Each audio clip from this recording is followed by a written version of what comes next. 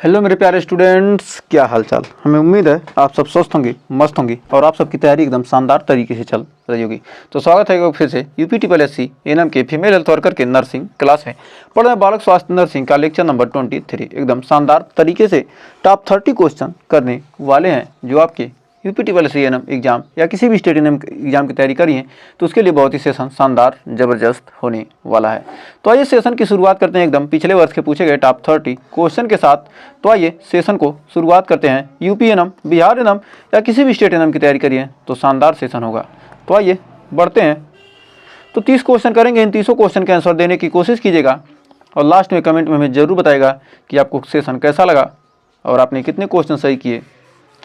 और सेशन पसंद आए तो लाइक शेयर करके चैनल को सब्सक्राइब जरूर कर लीजिए। तो फर्स्ट क्वेश्चन क्या कर रहा है, कर नवजात शिशु में कपरीना बुखार किसके कारण होता है? बैक्टीरियल संक्रमण या वायरल संक्रमण या फंगस संक्रमण या पर्यावरणीय कारक। तो कौन सा कारक? कफ रीना बुखार। तो कफ रीना बुखार किसके कारण होता है? तो हमारा राइट आंसर हो जाएगा वायरल संक्रमण के द्वारा कपरीना बुखार होता है, जो नवजातों में तापमान वृद्धि के कारण होता है। जो यह बुखार है क्या, नवजात में कपरीना बुखार एक वायरल संक्रमण है जो क्या है, नवजातों में तापमान के वृद्धि के कारण होता है। नेक्स्ट, तो अगला क्वेश्चन कर रहा है किशोरावस्था में पुरुषों में टेस्टिकुलर टॉर्सन का प्रमुख कारण क्या है? हार्मोनल असंतुलन, यौन संक्रमण, टेस्टिकल्स का मोड़ या किसी चोट के कारण। तो कह रहा है क्या, कह रहा है किशोरावस्था में पुरुषों में टेस्टिकुलर टॉर्जन का मुख्य कारण क्या है? तो टेस्टिकल टॉर्जन का मुख्य कारण है ऑप्शन नंबर सी, टेस्टिकल्स का मोड़। टेस्टिकल्स का मोड़ एक आपातकालीन स्थिति है जिसमें क्या होता है, अंडकोश की नलिका मुड़ जाती है जिससे रक्त प्रवाह में क्या होती है, रुकावट हो जाती है। जो टेस्टिकल मोड़ का मतलब क्या, आपातकालीन स्थिति है। इसमें क्या होता है, अंडकोश की जो नलिका होती है वो मुड़ जाती है जिससे क्या होता है, रक्त प्रवाह में रुकावट आ जाती है। नेक्स्ट, कह रहा नवजात शिशु के लिए स्पीकल हेड, नवजात शिशु में स्पीकल हेड का उपचार क्या है? स्पीकल हेड का उपचार क्या है? एंटीबायोटिक दवाएं, सीधा दबाव या रेस्ट और देखभाल या सर्जिकल हस्तक्षेप। तो कह रहा क्या, नवजात शिशु में कैपट सक्सेडेनम यानी स्पीकल हेड का उपचार क्या है? तो रेस्ट और देखभाल स्पीकल हेड का क्या है, मुख्य उपचार है। यह एक सामान्य अवस्था है। इसमें शिशु के सिर में हल्का सूजन होता है जो समय के साथ ठीक हो जाता है। इसमें क्या होता है, शिशु के सिर में क्या होगा, हल्का, स्पीकल हेड का मतलब क्या होगा, हल्का सा सूजन होगा शिशु के सिर में और इसमें क्या हो जाएगी, समय के साथ क्या हो जाएगा, ठीक हो जाएगा। तो बढ़ते हैं आगे। फिर कह रहा है किस वर्ष में भारत में राष्ट्रीय बाल स्वास्थ्य कार्यक्रम RBSK की शुरुआत की गई थी? 2008 में, 2010 में, 2013 में या 2015 में। तो कह रहा है राष्ट्रीय बाल स्वास्थ्य कार्यक्रम यानी RBSK की शुरुआत कब की गई थी? तो ऑप्शन नंबर बी हो जाएगा 2010 में। राष्ट्रीय बाल स्वास्थ्य कार्यक्रम 2010 में शुरू किया गया जिसका उद्देश्य क्या था, बच्चों को निःशुल्क स्वास्थ्य सेवाएं देना। तो इसका उद्देश्य था बच्चों को निःशुल्क स्वास्थ्य सेवाएं देना। नेक्स्ट, तो कह रहा नवजात शिशु के लिए स्ट्रोक का सबसे सामान्य कारण क्या है? रक्त संचार में रुकावट, असामान्य रक्तदाब, ऑक्सीजन की कमी या मस्तिष्क का सूजन। तो नवजात शिशु में जो स्ट्रोक का सबसे सामान्य कारण क्या है? तो नवजात शिशु में स्ट्रोक का सबसे सामान्य कारण है ऑक्सीजन की कमी। तो ऑक्सीजन की कमी यानी ऑप्शन नंबर सी हो जाएगा सही। तो नवजात शिशु में जो स्ट्रोक का सामान्य वजह क्या है, मस्तिष्क तक ऑक्सीजन अपर्याप्त पहुंचना, मतलब क्या, मस्तिष्क तक ऑक्सीजन का बहुत ही कम पहुंचना जिससे यह स्थिति उत्पन्न हो जाती है। नेक्स्ट, कहा किशोरों में मासिक धर्म की अनियमितता के प्रमुख कारणों में से कौन सा सबसे सामान्य है? तो कह रहा किशोरों के में मासिक धर्म की अनियमितता के प्रमुख कारणों में से कौन सबसे समान है? मानसिक तनाव, असंतुलित आहार, हार्मोनल असंतुलन या शारीरिक गतिविधि की कमी। तो कह रहा किशोरों में मासिक धर्म की अनियमितता के प्रमुख कारणों में से कौन सा सबसे सामान्य कारण है? तो सबसे सामान्य कारण है हमारा हार्मोनल असंतुलन। हार्मोन के क्या होगा, हार्मोन में असंतुलन होगा, यानी किशोरावस्था में हार्मोनल असंतुलन के कारण क्या होता है, मासिक धर्म में अनियमितता देखी जाती है। तो हमें उम्मीद है यहाँ तक कोई डाउट नहीं होगा। तो बढ़ते हैं आगे। फिर कह रहा है किशोरों में एनोरेक्सिया नर्वोसा की प्रमुख विशेषता क्या है? एनोरेक्सिया नर्वोसा की प्रमुख विशेषता क्या है? अत्यधिक भोजन करना, अत्यधिक व्यायाम करना, भोजन से डरना या अधिक वजन बढ़ाना। तो कह रहा है किशोरों में एनोरेक्सिया नर्वोसा की प्रमुख विशेषता क्या है? तो एनोरेक्सिया नर्वोसा की प्रमुख विशेषता क्या है? तो हमारा राइट आंसर हो जाएगा भोजन से डरना। तो इनर्शिया नरोसा में एक मानसिक विकार है। यह कैसी विकार है? यह कैसा विकार है? एक मानसिक विकार है जिसमें व्यक्ति को क्या होता है? भोजन से डर लगता है। एनोरेक्सिया नरोसा में क्या होता है? भोजन से डर लगता है और वे अत्यधिक वजन घटाने के लिए खुद को भूखा रखते हैं। तो क्या कहते हैं? वजन घटाने के लिए भूखा खुद को रखते हैं। नेक्स्ट कह रहा कौन सा विटामिन बच्चों में हड्डियों के विकार के लिए आवश्यक है? Vitamin A, vitamin D, vitamin C, vitamin E. तो विटामिन डी हड्डियों के विकार संबंधित क्या है? हमारा विटामिन डी है। तो विटामिन डी हड्डियों की मजबूती के लिए महत्वपूर्ण होता है क्योंकि इसमें कैल्शियम के अवशोषण में मदद करता है। क्या है? विटामिन डी क्या करेगा? कैल्शियम के अवशोषण को में क्या करता है? मदद करता है, जिससे हमारी क्या होती है? हड्डियाँ मजबूत होती हैं। तो विटामिन ए की कमी से कौन सा रोग होता है? कमेंट में बताइएगा। तो कौन सा रोग होगा आपको बताना है। और विटामिन सी का रासायनिक नाम भी आपको क्या करना है? बताना है। और विटामिन ई को कौन सी विटामिन कहते हैं? इसका भी नाम आपको बताना है। तो सारे आप हमें कमेंट बॉक्स में आंसर दीजिएगा क्योंकि सारे पढ़ चुके हैं आप अच्छे तरीके से। नेक्स्ट नवजात शिशु में हाइपोथर्मिया का उपचार किस प्रकार किया जाता है? दवाइयों द्वारा, शारीरिक गर्मी द्वारा, पानी द्वारा या आहार द्वारा? तो नवजात शिशु में हाइपोथर्मिया का उपचार किस प्रकार किया जाता है? तो नवजात शिशु में हाइपोथर्मिया का उपचार शारीरिक गर्मी के द्वारा किया जाता है। तो हाइपोथर्मिया के उपचार में नवजात शिशु क्या करते हैं? शारीरिक गर्मी प्रदान करके क्या करते हैं? इसका इलाज कर सकते हैं। नेक्स्ट किशोरावस्था के दौरान रक्तचाप यानी ब्लड प्रेशर में वृद्धि का प्रमुख कारण क्या है? शारीरिक श्रम, अत्यधिक सोडियम का सेवन, विटामिन डी की कमी, मानसिक तनाव। तो किशोरावस्था के दौरान जो हमारा रक्तचाप है यानी ब्लड प्रेशर में वृद्धि का मुख्य कारण क्या है?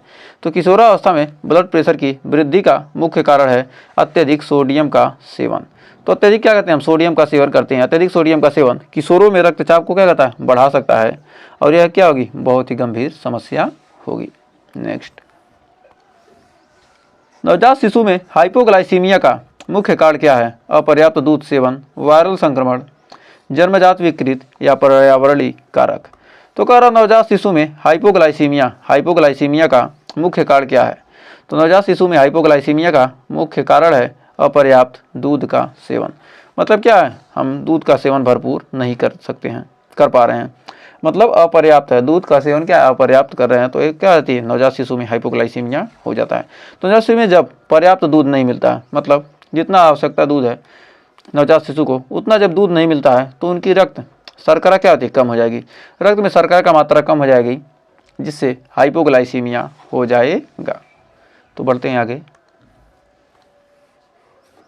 किस अवस्था में माल न्यूट्रिशन यानी कुपोषण की स्थिति गंभीर हो सकती है? पर्याप्त आहार की कमी, विटामिन और खनिजों की कमी या केवल प्रोटीन की कमी या सभी का मिश्रण। तो किस अवस्था में माल न्यूट्रिशन यानी कुपोषण की स्थिति गंभीर हो सकती है? तो कुपोषण की स्थिति गंभीर हो सकती है तो हमारा राइट आंसर हो जाएगा सभी का मिश्रण। यानी पर्याप्त आहार की कमी, विटामिन और खनिजों की कमी और केवल प्रोटीन की कमी, इन सारी चीज़ों की कमी से क्या होता है? कुपोषण की गंभीर स्थिति उत्पन्न हो सकती है। तो बढ़ते हैं आगे। तो अगला बच्चों में दिमागी बुखार किस बैक्टीरिया के कारण होता है? Hepatitis A, Haemophilus influenza, pneumococcus bacteria या एन्सेफेलाइटिस वायरस। तो बच्चों में दिमागी बुखार एन्सेफेलाइटिस किस बैक्टीरिया के कारण होता है? तो बच्चों में दिमागी बुखार यानी कौन सी दिमागी बुखार एन्सेफेलाइटिस किस बैक्टीरिया के कारण होता है? तो हमारा राइट आंसर हो जाएगा एन्सेफेलाइटिस वायरस। तो एन्सेफेलाइटिस वायरस, दिमागी बुखार क्या होता है? एन्सेफेलाइटिस वायरस के कारण होता है। जो बच्चों में क्या होता है? दिमागी बुखार होता है। आमतौर पर क्या है? यह एक वायरल संक्रमण होता है जो मस्तिष्क की सूजन का कारण बनता है। जो मस्तिष्क की क्या कहता है? सूजन का कारण बनता है, उसी को क्या कहते हैं? दिमागी बुखार कहते हैं। तो हमें उम्मीद है आपको सेशन पसंद आ रहा है। सेशन अच्छा लग रहा है तो सेशन को लाइक शेयर करके चैनल को सब्सक्राइब तुरंत कर दीजिए। तो किसका सेवन शिशुओं के शारीरिक और मानसिक विकास के लिए सबसे अधिक महत्वपूर्ण है? तो vitamin C, iron, calcium, folic acid. तो किसका सेवन शिशुओं के शारीरिक और मानसिक विकास के लिए सबसे अधिक महत्वपूर्ण होता है? तो किसका सेवन शिशुओं के शारीरिक और मानसिक विकास के लिए सबसे महत्वपूर्ण होता है? तो हमारा 14वें का राइट आंसर होगा आयरन। आयरन क्या है? आयरन का सेवन शारीरिक और मानसिक विकास के लिए सबसे महत्वपूर्ण होता है। तो आयरन शिशु के मानसिक और शारीरिक विकास के लिए क्या सबसे ज़्यादा महत्वपूर्ण है। आयरन शिशु के मानसिक और शारीरिक विकास के लिए क्या अत्यंत महत्वपूर्ण है, विशेष रूप से रक्त निर्माण के लिए क्या है, बहुत ही जरूरी है। तो आइए बढ़ते हैं अगले क्वेश्चन की तरफ। तो देखिए हमारा अगला क्वेश्चन क्या कह रहा किशोरावस्था में धूम्रपान के प्रभाव से कौन सा स्वास्थ्य जोखिम सबसे अधिक बढ़ता है, हृदय रोग, श्वसन रोग, मस्तिष्क विकार या रक्तचाप में वृद्धि। तो कह रहा किशोरावस्था में जो हमारा धूम्रपान है, धूम्रपान के प्रभाव से कौन सा स्वास्थ्य जोखिम सबसे अधिक बढ़ता है। तो कौन सा स्वास्थ्य जोखिम सबसे अधिक बढ़ता है, तो हमारा राइट आंसर हो जाएगा ऑप्शन नंबर बी, श्वसन रोग। तो किशोरों में धूम्रपान श्वसन रोगियों को जोखिम को बढ़ाता है और श्वसन प्रणाली को नुकसान पहुंचाता है। तो पढ़ते हैं आगे। कह रहा लौटने वाली उल्टी किस उम्र में शिशुओं में सामान्य होती है, 1 से 3 महीने, 3 से 6 महीने, 6 से 12, 12 से 18। तो कह रहा जो लौटने वाली उल्टी है यानी रिफ्लक्स किस उम्र में शिशुओं में सामान्य होती है, तो 1 से 3 महीने यानी ऑप्शन नंबर ए हो जाएगा राइट। तो शिशुओं में 1 से 3 महीने तक लौटने वाली उल्टी सामान्य होती है क्योंकि उनका पाचन तंत्र विकसित हो रहा होता है। जब क्या होता है पाचन तंत्र विकसित हो रहा होता है 1 से 3 महीने में, तो क्या होती है लौटने वाली उल्टी हो जाती है। तो बढ़ते हैं आगे। तो देखिए कह रहा कौन सा विकार नवजात शिशु में ब्लू बेबी सिंड्रोम का कारण बन सकता है, नवजात हृदय दोष रोग, न्यूरोलॉजिकल विकार, श्वसन प्रणाली संचारण या किडनी की समस्या। तो कह रहा कौन सा विकार शिशुओं में ब्लू बेबी सिंड्रोम का कारण बन सकता है। तो कौन सा विकार शिशुओं में ब्लू बेबी सिंड्रोम का कारण बन सकता है, जन्मजात हृदय दोष। जन्मजात हृदय दोष क्या है, ब्लू बेबी सिंड्रोम का कारण है, जिसमें शिशु के शरीर में क्या होती है ऑक्सीजन की कमी हो जाती है। नेक्स्ट।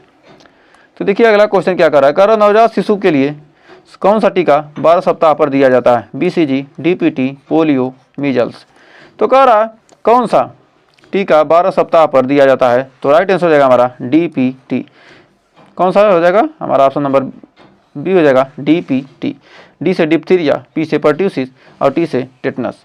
टीका 12 सप्ताह के शिशु को दिया जाता है। नेक्स्ट। कह रहा नवजात शिशु में एक्सक्लूसिव ब्रेस्ट फीडिंग की अवधि कितनी होती है, 1 महीने, 3 महीने, 6 महीने, 12 महीने। तो हमारा एक्सक्लूसिव ब्रेस्ट फीडिंग की क्या होती है अवधि कितनी होती है, तो हमारा राइट आंसर हो जाएगा 6 महीने। तो WHO के अनुसार नवजात शिशु को 6 महीने तक केवल स्तनपान कराया जाना चाहिए। तो 6 महीने तक क्या करना चाहिए, WHO कहता है वर्ल्ड हेल्थ ऑर्गेनाइजेशन की क्या कहना चाहिए, शिशु को कम से कम 6 महीने तक सिर्फ माँ का ही दूध पिलाना चाहिए। नेक्स्ट। कह रहा किस आहार की कमी से बच्चों में रिकेट्स की स्थिति उत्पन्न हो सकती है, vitamin A, vitamin D, iron, calcium. तो किस आहार की कमी से बच्चों में रिकेट्स की स्थिति उत्पन्न हो सकती है, तो किस आहार की कमी से बच्चों में रिकेट्स, तो हमारा राइट आंसर हो जाएगा option number B, vitamin D. Vitamin D की कमी से बच्चों में रिकेट्स की उत्पन्न हो जाती है और हड्डियों के विकास में रुकावट आती है। फिर कह रहा है किशोरावस्था में लीवर की समस्या एक सामान्य कारण क्या है, शराब का सेवन, वसा का अत्यधिक सेवन, हड्डियों का असंतुलन, शारीरिक निष्क्रियता। तो कह रहा किशोरावस्था में लीवर की समस्या का एक सामान्य कारण क्या है, लीवर की समस्या का एक सामान्य कारण क्या है, वसा का अत्यधिक सेवन। यदि हम कहेंगे ज़्यादा से ज़्यादा वसा का सेवन करेंगे तो हमारे लीवर में समस्या आ सकती है। किशोरों में अत्यधिक वसा का सेवन लीवर के कार्य को प्रभावित कर सकता है, जिससे फैटी लीवर जैसी समस्याएं उत्पन्न हो सकती हैं। नेक्स्ट। फिर कर नवजात शिशु में हाइपोथर्मिया के मुख्य कारण क्या हैं, जो नवजात शिशु है इसमें हाइपोथर्मिया का मुख्य कारण क्या है, अत्यधिक गर्मी, शरीर में नमी की कमी या शारीरिक गतिविधि की कमी या अपर्याप्त पोषण। तो कह रहा नवजात में हाइपोथर्मिया का मुख्य कारण क्या है, तो नवजात में हाइपोथर्मिया का मुख्य वजह शारीरिक गतिविधि की कमी और शरीर में नमी का स्तर कम होना है। तो यानी शरीर में नमी का ज़्यादा शारीरिक गतिविधि करेंगे तो शरीर में नमी की कमी होगी और इससे क्या होगा हाइपोथर्मिया हो सकता है। नेक्स्ट। कह रहा बच्चों में सर्वाइकल डिस्प्लेसिया की पहचान के लिए कौन सा परीक्षण किया जाता है, CT scan, pap smear, blood test या एक्सरे। तो कह रहा नवजात शिशु में सर्वाइकल डिस्प्लेसिया की पहचान के लिए कौन सा परीक्षण किया जाता है, पैप स्मीयर टेस्ट किया जाता है। जो सर्वाइकल डिस्प्लेसिया का पता आमतौर पर पैप स्मीयर टेस्ट द्वारा किया जाता है। यह परीक्षण गर्भाशय ग्रीवा की कोशिकाओं का निरीक्षण करता है। यह क्या करता है, गर्भाशय ग्रीवा की कोशिकाओं का निरीक्षण करता है। तो बढ़ते हैं आगे। तो कह रहा किस अवधि में बच्चों का मीजल्स का टीका लगवाना चाहिए? 6 से 9, 9 से 12, 12 से 18 या 18 से 24। तो 9 से 12 महीने के बच्चों को क्या करना चाहिए? मीजल्स का टीका लगवाना चाहिए, जो वायरल संक्रमण से सुरक्षा प्रदान करता है। तो बढ़ते हैं आगे। कह नवजात शिशु में ब्रेस्ट फीडिंग का सबसे अच्छा तरीका क्या है? माँ का दूध 6 महीने तक, माँ का दूध 3 महीने, दूध पाउडर 6 महीने तक, प्यूरिफाइड दूध 6 महीने। तो इसमें ब्रेस्ट फीडिंग का सबसे अच्छा तरीका क्या होता है? तो इसमें राइट हो जाएगा माँ का दूध 6 महीने तक। तो माँ का दूध कितना? 6 महीने तक केवल माँ का दूध देना चाहिए। यह अच्छा होता है क्योंकि यह पोषण और रोग प्रतिकारक क्षमता के लिए क्या है? बहुत ही महत्वपूर्ण होता है। नेक्स्ट कह रहा किशोरों में विटामिन ए की कमी से कौन सा स्वास्थ्य समस्या उत्पन्न हो सकता है? नेत्र दृष्टि में कमजोरी, मांसपेशियों की कमजोरी, हड्डियों का कमजोर होना, रक्त संचार में विकार। तो कह रहा किशोरों में विटामिन ए की कमी से कौन सा स्वास्थ्य समस्या उत्पन्न हो सकता है? तो किशोरों में विटामिन ए की कमी से कौन सी स्वास्थ्य समस्या उत्पन्न हो सकती है? तो राइट आंसर हो जाएगा नेत्र दृष्टि में कमजोरी, यानी ऑप्शन नंबर ए हो जाएगा हमारा राइट। तो विटामिन ए की कमी से क्या होता है? कौन सी रोग होती है? रतौंधी। नेक्स्ट करो नवजात शिशु में के आहार में किस पदार्थ की प्रमुख कमी से कुपोषण हो सकता है? Calcium, protein, vitamin C, carbohydrate. तो करो नवजात शिशु में आहार में किस पदार्थ की प्रमुख कमी से कुपोषण हो सकता है? तो नवजात शिशु में आहार में किस पदार्थ की प्रमुख कमी से कुपोषण हो सकता है? तो हमारा 27 का राइट आंसर है ऑप्शन नंबर बी, प्रोटीन की कमी से कुपोषण हो सकता है। तो इसलिए क्या चाहिए? प्रोटीन की पर्याप्त मात्रा आवश्यक होती है। नेक्स्ट कह रहा किशोरों में आयरन की कमी से आयरन की कमी से कौन सी बीमारी हो सकती है? रक्ताल्पता, पीलिया, श्वसन रोग, एनीमिया। तो आयरन की कमी से कौन सा रोग होता है? एनीमिया।